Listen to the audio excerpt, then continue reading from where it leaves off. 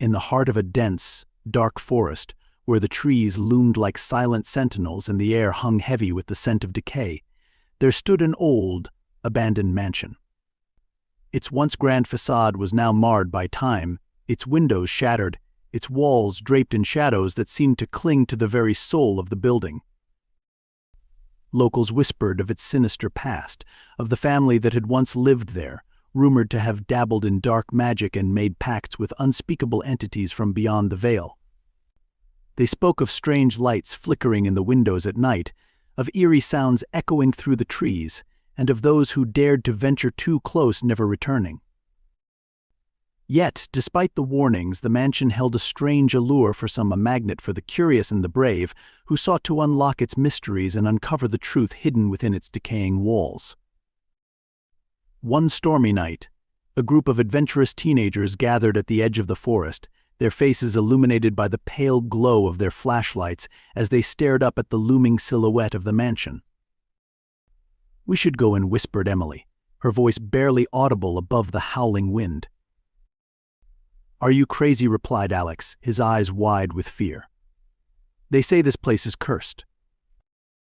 But curiosity, as it often does, got the better of them, and soon they found themselves pushing through the undergrowth, their hearts pounding with excitement and dread. As they drew closer to the mansion, the air grew thick and cold, and the sound of their footsteps echoed ominously through the empty halls. The windows were boarded up, the doors creaking on rusted hinges, and the once beautiful gardens now choked with weeds. They ventured deeper into the mansion, their flashlight beams cutting through the darkness like swords, revealing dusty furniture covered in cobwebs and paintings whose eyes seemed to follow their every move. Suddenly they heard the faint whispering, like the soft murmur of 100 voices, echoing through the corridors and sending shivers down their spines. "What was that?" whispered Sarah, her voice trembling with fear.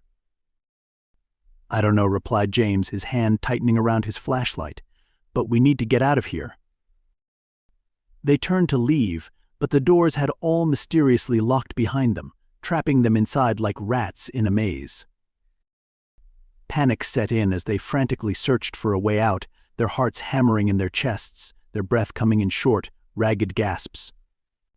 But the mansion seemed to taunt them, its corridors twisting and turning like the tendrils of some malevolent beast, leading them further and further into its dark heart. With no other choice, they pressed on, their minds clouded with fear and uncertainty until they reached the basement, a place even darker and more foreboding than the rest of the mansion.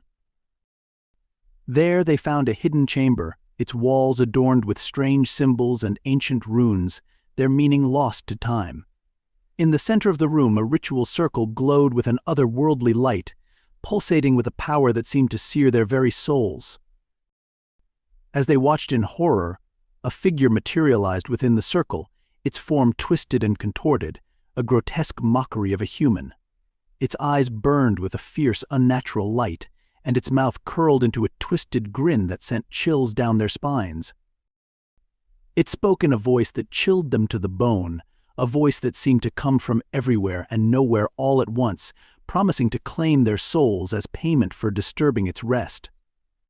Terrified, the teenagers tried to flee, but the mansion had other plans.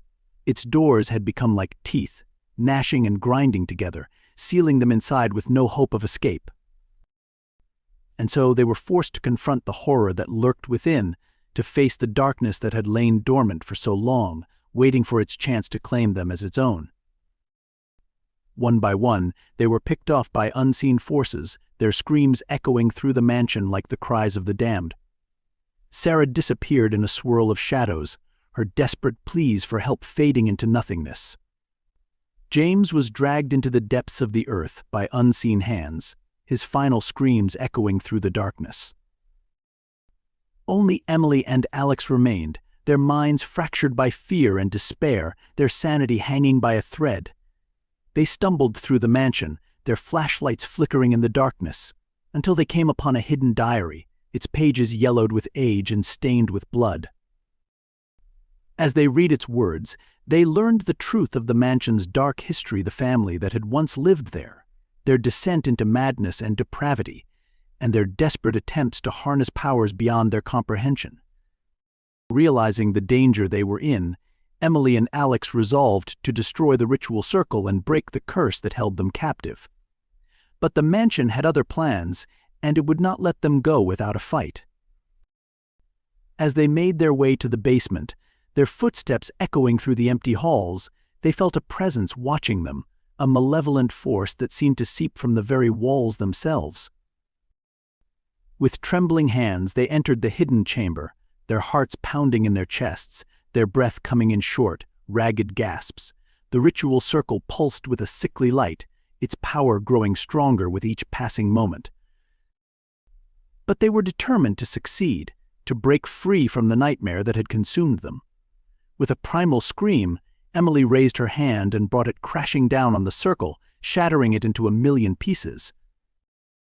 For a moment, there was silence, a deafening, oppressive silence that seemed to stretch on for eternity. And then, with a sound like thunder, the mansion began to shake, its walls groaning and creaking as if they were alive. And then it happened. The demon appeared before them, its form towering and monstrous, its eyes burning with a fierce, unquenchable hunger. With a gut-wrenching scream, Emily was torn from Alex's grasp, her body disappearing into the darkness, leaving nothing behind but a faint echo of her final, desperate cry. Alone and terrified, Alex stood in the darkness, his mind reeling from the horrors he had witnessed, his body trembling with fear and exhaustion. But even as the mansion collapsed around him, he refused to give in, refused to let the darkness claim him as its own. With one final, defiant cry, he raised his fist to the heavens and swore to never forget the horrors he had faced, to never let the memory of his friends fade away into nothingness. And with that, he turned and fled into the night, leaving the mansion and its secrets behind him, forever. But the darkness remained, lurking in the shadows, waiting for its next victim to claim as its own. For more scary and horror stories, please subscribe to my YouTube channel.